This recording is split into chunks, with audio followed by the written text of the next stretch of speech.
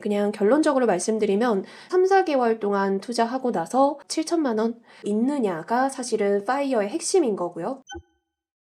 현재 해외에서 디지털 노마드로 살고 있습니다. 4년 전에 36살 때 투자 수익이 제 생활비보다 더 많았었기 때문에 회사 그만두고 일 안 하고 소득 없이 한 1년 정도 있었고요.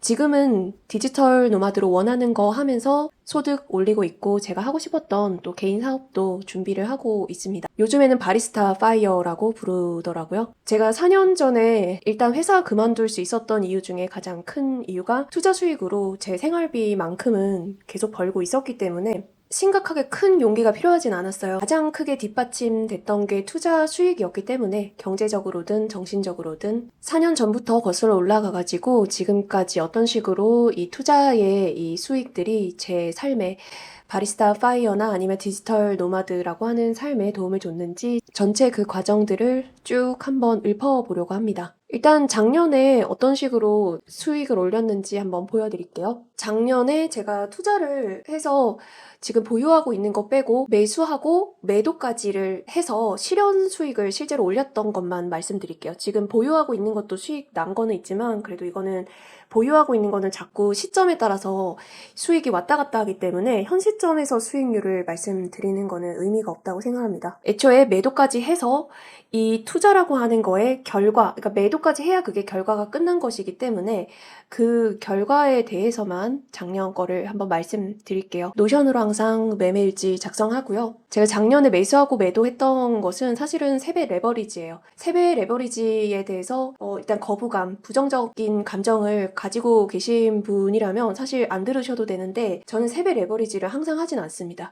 이게 저의 바리스타 파이어가 되는 데 있어서의 핵심이에요. 세배 레버리지는 절대로 고점 근처로 올라갔을 때는 매수하지 않습니다. 조건은 몇 년에 걸쳐서 계속 기다리다가 바닥 근처에 해당한다고 판단이 들었을 때에만 세배 레버리지를 하고 거의 몇 개월 안에 매도까지도 실행을 합니다. 그래서 절대 이 세배 레버리지가 제 인생에 크게 리스크가 작용하지 않도록만 세배 레버리지를 하고 세배 레버리지에 대한 전략법은 다음에 혹시 소개할 수 있는 부분이 있으면 한번 말씀드릴게요. 매수를 4월 9일 정도 했었어요. 분할 매수하기는 해서 딱 한 번에 다 넣은 거는 아닌데 4월 9일에 들어갔었고 속슬과 TQ 둘 다 들어갔습니다. 제가 분할 매수로 한 500만 원씩 넣었던 거 제외하고 그냥 대략적으로 말씀을 드리면 총 매수 금액이 한 5, 6천 정도라고 보시면 되겠네요.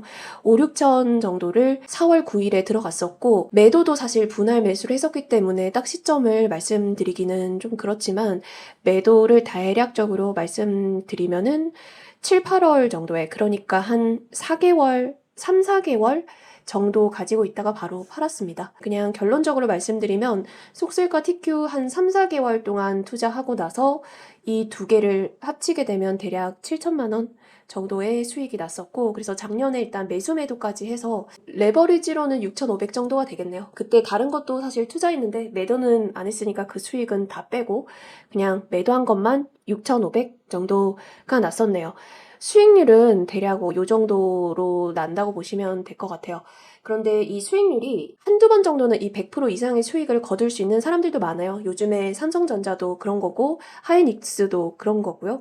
그런데 이 100% 넘는 수익률을 내가 계속 적어도 한 2, 3년에 한 번씩 계속 반복할 수 있느냐가 사실은 파이어의 핵심인 거고요. 디지털 노마드가 되기 위해서는 월급을 받지 않아도 내가 안정적으로 생활을 할 수 있을 수준의 생활비를 벌어야 되기 때문에 손실을 보는 연도가 있으면 절대로 안 됩니다. 그게 사실은 가장 핵심이에요. 제가 만약에 월급을 받으시고 일을 그만두실 생각이 없고 지금 장기 투자를 10년, 20년을 생각하고 계신 분이라면 팁 정도를 드릴 수 있는 것이지 이거를 강추 드리는 것은 아닙니다. 100% 정도의 수익을 얻을 수 있는 그런 개별 종목을 나름대로의 방식으로 매수 매도하는 것도 괜찮아요. 대신에 그 방법이 계속 반복적일 수 있느냐, 그러니까 즉 운이 아니고 실력이냐, 반복적으로 계속적으로 수익을 얻을 수 있는 수익률이냐, 그 다음에 두 번째는 그 방법으로 했을 때 손실이 크게 나는 경우가 절대 없어야 됩니다. 그래야 디지털 노마드를 위해서 회사를 그만둘 수 있는 것이고 그리고 내가 원하는 원하는 삶을 살기 위해서 생활비가 이 경제적 자유 투자금에서 계속 보탬이 되는 구조가 되려면 그 두 가지가 필수적으로 필요합니다. 그렇기 때문에 애초에 이 전제가 월급을 계속 받으시면서 정년까지 가시는 게 삶의 목표고 그냥 장투가 목적이시라면은 이 큰 리스크를 가지는 전략도 하실 필요도 없고 100% 넘는 수익률이 개별 종목으로 나는 해가 있다면 그냥 그렇게 투자하셔도 되고, 그리고 또 손실이 나는 해가 있더라도 월급을 받고 생활을 하시면 되는 거니까 손실이 나도 그 삶에 큰 타격을 주지 않기 때문에 그런 분들은 사실 여기서 전제 자체가 잘못된 거니까 이 부분은 필터링해서 들어주시면 되겠습니다. 저의 목적은 뭐냐면요, 조금이라도 원하는 일을 하면서 원하는 라이프 스타일대로, 그게 파이어라면 파이어를 조금이라도 앞당길 수 있는 삶의 큰 방향성을 가지고 제가 투자라고 하는 수단을 가지고 어떻게 했는지를 과정을 설명을 드리는 겁니다. 여기서 이제 의문 가지시는 분들 계시죠? 왜 4월 9일에 매수를 했는지, 사실 4월 9일이 어떤 날이었는지를 한번 보여드리겠습니다. 차트로. 매도일 적혀 있는데 분할 매도했습니다. 이때 매수를 어떤 가격에 했는지 볼게요. 매입 평균가가 10 정도죠? 평균가가 10이라고 하는 게 얼만큼 저평가되어 있었던 시기인지를 한번 보여드리도록 할게요. 지금 세배 레버리지에서도 예전 몇 달 전에 비해서 최근에 이렇게 변동성 많이 크게 지금 변동성이 굉장히 높아진 거 볼 수 있죠? 자, 이제 4월로 갑니다. 4월 9일이 어떤 날이었는지를 볼게요. 지금 4월 9일이 이때였습니다. 지금 이 차트를 볼까요? 지금 좀 줄여볼게요. 축소해볼게요. 이때가 4월이었습니다. 이때 4월 9일이에요. 제가 매수했던 날짜가. 자, 지금 결과적으로 지금 거의 바닥을 잡았다고 볼 수 있죠. 완전 최저점은 당연히 신의 영역이니까 못 잡고요. 전체적인 이 차트에서 이 정도 4월 9일에 10에 들어갔다면, 이 평균 매입가가 10 정도에 들어갔다면 이거는 거의 바닥을 잡았다라고 표현할 수도 있겠죠. 그래서 제가 이 4월 9일 정도에 평균 매입가 10에 이 쏙3라고 하는 세배 레버리지를 확신을 가지고 들어갔던 이유 중에 하나는 제가 전략으로 가지고 있는 몇 가지 전략을 토대로 이때가 바닥 근처, 바닥이라고 표현하기보다는 바닥 근처라고 판단이 되었기 때문입니다. 그렇기 때문에 이 쏙슬 같은 레버리지가 500만 원 정도는 누구나 넣기 쉽다고 생각을 해요. 근데 그때 전 재산은 저도 못 넣었고 이 레버리지만 TQ랑 쏙슬 합쳐서 5천 정도를 넣었으니까 그거를 거의 바닥 근처에서 넣을 수 있는 분은 사실 별로 없다고 생각합니다. 그래서 이때 저는 이 쏙슬과 TQ 그리고 나스닥의 바닥 근처라고 판단을 했고, 그 판단 근거에 대해서는 제가 나중에 말씀드릴게요. 그렇기 때문에 확신을 가지고 투자금을 높여서 들어갈 수 있었습니다. 이 변동성이 이 큰 시기에 더 돈을 벌 수 있었음에도 불구하고 제가 한 7, 8월쯤에 팔았거든요. 지금 보면 차트상으로 보면 너무 아쉽다고 생각하시는 분도 계실 거예요. 하지만 이거는 이제 결과적인 얘기고, 저는 이때는 여기 정도까지는 확실하게 올라간다고 판단을 하고 있었고, 이 이후에 이 변동성이 높아지는 구간은 사실 변동성이 높아져서 주저앉을 수도 있는 거고요. 대외적인 요인은 미래를 알 수 없기 때문에 이 변동성이 큰 시기에는 운이 좋으면 폭등하지만 운이 좋지 않으면 폭락하기도 합니다.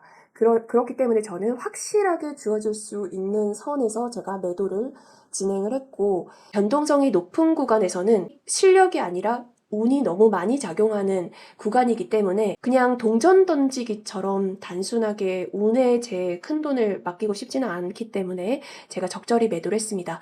그럼에도 불구하고 지금 사실상 10에 매입을 했는데 이 정도의 매도를 했다면 굉장하게 큰 수익을 얻을 수 있었고, 세배 레버리지는 저는 기준은 무조건 바닥 근처에서 들어가고요. 그리고 매도 조건도 제 나름대로는 기준과 원칙이 있긴 하는데 그거는 나중에 전략집에서 한번 소개할 수 있는 부분이 있다면 소개를 한번 드려보도록 하겠습니다. 하지만 여기까지 들으시고 초보자분들은 레버리지를 하시면 안 됩니다.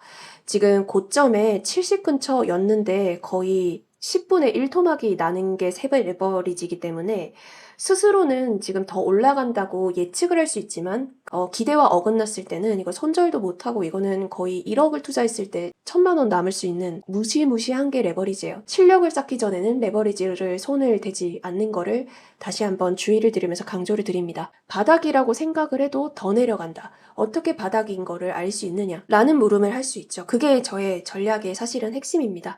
그래서 그 과정들을 제가 좀 읊어보려고 합니다. 그래서 제가 왜 이 전략집을 계속 업데이트를 하면서 버전을 여러 개 만들고 지금은 거의 이론화가 되어서 템플릿화를 할 수 있겠다는 생각이 들었는지를 그 과정들을 계속 소개를 할게요. 그리고 TQ도 볼까요? TQ도 역시나 최근에 변동성 매우 심해졌죠. 자, 4월 9일 볼게요. 축소해볼게요.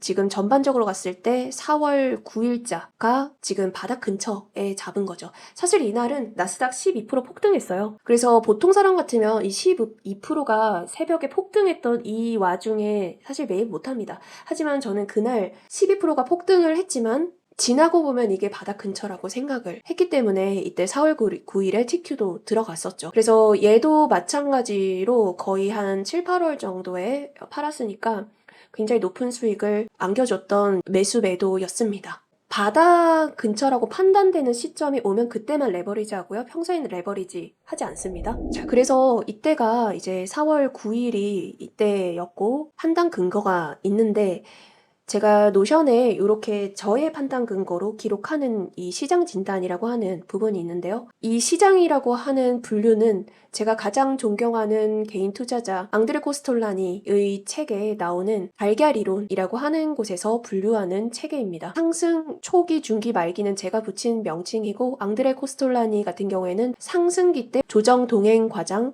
하락장일 때 조정 동행 과장 요렇게 국면을 정의를 합니다. 코스톨라니의 이 달걀 이론의 핵심은 뭐냐면 시장 이론은 사람들의 심리에 의해서 많이 좌우가 되고 심리가 요인이 되어서 주식시장의 전체가 사이클을 그린다. 사이클이 반복된다 라는 게 핵심입니다. 그 사이클 상에서 저는 하락의 말기라고 제가 미국 시장을 판단을 했고 과장된 국면이다 라고 판단했습니다. 결론적으로 쉽게 말해서 바닥이라고 판단을 했기 때문에 이 매수를 했죠. 이렇게 기록하는 거는 제가 설명드리기 위해서가 아니고 이 거래에 매매 일지를 쓰면서 잘한 것과 잘하지 못한 점들을 좀 객관적으로 생각해보기 위해서이고요. 사실 이거는 매수하고 나서 이걸 정리를 하는데 매수하기 전에 계획 세우는 거 좀 이따 말씀드릴게요. 판단 근거는 사실 데이터 지표상으로 말씀드려도 이거는 전제 자체의 이론을 배경 지식이 없으면 이해도 못하고 동의를 못하시는 분들이 너무 많기 때문에 여기서는 이런 거 넘어가겠습니다. 그리고 매도를 하는 거에서도 제 나름대로 시장을 매도하는 거에 진단을 했고 저는 레버리지는 상승 중기 그냥 허리 정도까지 왔을 때 레버리지는 처분을 합니다. 매수 매도를 기록한 다음에는 무조건 복귀 및 다짐을 합니다. 투자에 아쉬웠던 점들을 기록을 하죠. 제가 다음번에는 조금 더 수익률을 최대화하려고 더 다짐한 전략들이 있어요. 그거는 백테스트도 좀 진행을 해보고 실질적으로 제가 투자를 해보면서 이 전략을 더 버전을 업그레이드 시킬 것이기 때문에 이거는 제가 소개는 하지 않겠지만 리스크가 커지지 않는데 백테스트 결과가 수익률이 더 높아진다면 전략을 수정을 할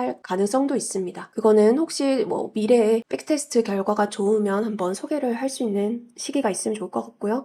자, 그러면 이때 매수 매도를 하고 나서는 이거는 수익은 결과적인 얘기예요. 이 결과가 다 나오고 나서는 과거의 기록을 가지고 누구나 뭐 이렇게 했었으면 나도 이만큼 벌었다라고 결과적인 얘기를 하는 거기 때문에 매매 일지 전에 제가 어떤 계획을 세웠었는지에 포커싱해서 더 말씀을 드릴게요. 자, 여기서 제가 이날 매수를 하기 전에 계획을 세워 나가는 과정에 대한 흐름입니다. 그런데 여기서 먼저 전제 조건에 대한 질문이 있을 수 있어요. 이때 매수를 하려면 일단 현금 보유를 하고 있어야 되겠죠. 여기서 현금은 저는 미국 주식 하기 때문에 달러라고 생각해 주시면 됩니다. 달러로 보유하고 있는 현금이 애초에 있어야 지금 여기서 매수 계획을 세울 수 있는 거고 매수를 실제 실행할 수 있겠죠. 많은 분들이 바닥에서 매수를 못하는 이유는 사실 현실적으로 두 가지입니다. 첫 번째는 바닥인지를 모른다는 문제, 언제가 바닥인지를 모른다는 문제. 두 번째는 바닥 근처라고 생각하고 있어도 매수할 돈이 없다는 거. 소비자라고 하는 것은 구매력을 가지고 있는 사람이 구매 의지로 소비하는 사람을 말합니다. 매수도 일정의 주식을 산 거기 때문에 소비자라는 관점에서 주식을 매수하고자 하는 의지가 있어야 되고요. 그게 바닥을 알고 있냐 모르고 있냐라는 거죠. 바닥이기 때문에 사고 싶다라는 거가 구매 의지죠. 여기서 구매력이라고 하는 것은 주식을 살 수 있는 돈이 있냐 라는 거죠. 현금으로 있냐. 주식을 애초에 관심 있게 지켜보고 주식을 하고 있는 사람들은 더 이상 현금이 없을 가능성이 높아요. 왜냐면 지금 하락장에서 이미 그 전에 들어갔기 때문에 물려서 지금 하락했기 때문에 더 이상 투자할 어떤 돈이 있지 않으면 바닥 근처에서 매수할 구매력이 없는 거죠. 그래서 제가 매수 계획을 폭락장에서 세운다는 그 의미의 전제 조건은 그 전에 매도를 했다는 의미가 됩니다. 매도를 해서 현금을 보유하고 있는 상태여야 된다. 혹은 제가 추가적으로 저축을 해가지고 모아둔 종잣돈이 생겼거나요. 시드가 많아지면서 제가 1년 동안 소득으로 버는 그런 돈보다도 지금은 운용하고 있는 이 투자 자금이 훨씬 더 많기 때문에 사실 추가적인 소득으로의 이 저축액 가지고는 추가 매수하는 건 되게 미미합니다. 결국에 제가 운용하고 있는 투자 자금을 그 전에 매도를 해야지만 현금을 보유할 수 있고 폭락장에서 매수 계획을 세울 수 있다. 매수 계획이란 거는 돈이 있어야 매수 계획에 대한 의미가 있으니까요. 자, 그렇기 때문에 사실상 바닥을 알기 전에 가장 핵심은 뭐냐면 폭락하기 전에 팔 수 있는 기준과 원칙입니다. 지금 두 가지가 가장 중요하죠. 우리가 애초에 장기 투자를 할 것이라면 이렇게 사이클을 이해할 필요는 별로 없겠죠. 지금 계속 월급 받고 계시고 내가 진짜 정년퇴직으로 은퇴할 때까지 장투를 하실 거라면 그냥 추가 소득으로 바닥 근처에서 매수만 진행하면 되지 매도에 대한 생각 많이 안 하셔도 큰 걱정 없고 감정도 휘둘리지는 않을 겁니다. 그런데 지금 우리는 수익률을 극대화를 하고자 하는 것이고 그래서 수익률 극대화를 통해서 파이어를 조금 더 앞당기고 싶은 것이고 수익률 극대화하려면 저점 매수가 필요하고 바닥 근처에서 사기 위해서는 그 전에 현금 보유를 위해서 폭락이 오기 전에 팔아야 되는 이 전제 조건이 꼭 필요합니다. 그래서 우리는 두 가지가 핵심인데 폭락장이 오기 전에 팔아야 되는 시점에 대한 이야기 그리고 언제 바닥 근처에서 사야 되는지에 대한 이야기입니다. 이 두 가지입니다. 여기까지가 과정이 잘 이해가 되신 분들이라면 그 부분에 대한 이야기가 저의 전략들, 파이어 로드맵 전략에 전부 다 매뉴얼화로 해놨습니다. 어떻게 매뉴얼이 되었는지 만드는 과정도 전부 다 분석을 해놨습니다. 코로나 대폭락장, 긴축 대폭락장, 관세발 폭락장의 분석을 통해서 이 폭락하기 전에의 전조 증상 같은 것들을 전부 다 기록을 해놨고 이 폭락을 하기 시작을 할 때 그 폭락 직전에 나타나는 현상들을 분석을 했고 그거를 여러 폭락장에마다 전부 다 공통점을 찾았고 거기에 과정에서 진행되는 이 부분에서 바닥 근처에서 나타나는 현상들 두 가지를 분석을 했습니다. 폭락장들을 분석을 했고 거기서 나타나는 바닥과 폭락 직전의 징조들과 특징들을 전부 다 분석을 했고 공통적으로 나타나는 것과 차이점으로 나타나는 것들을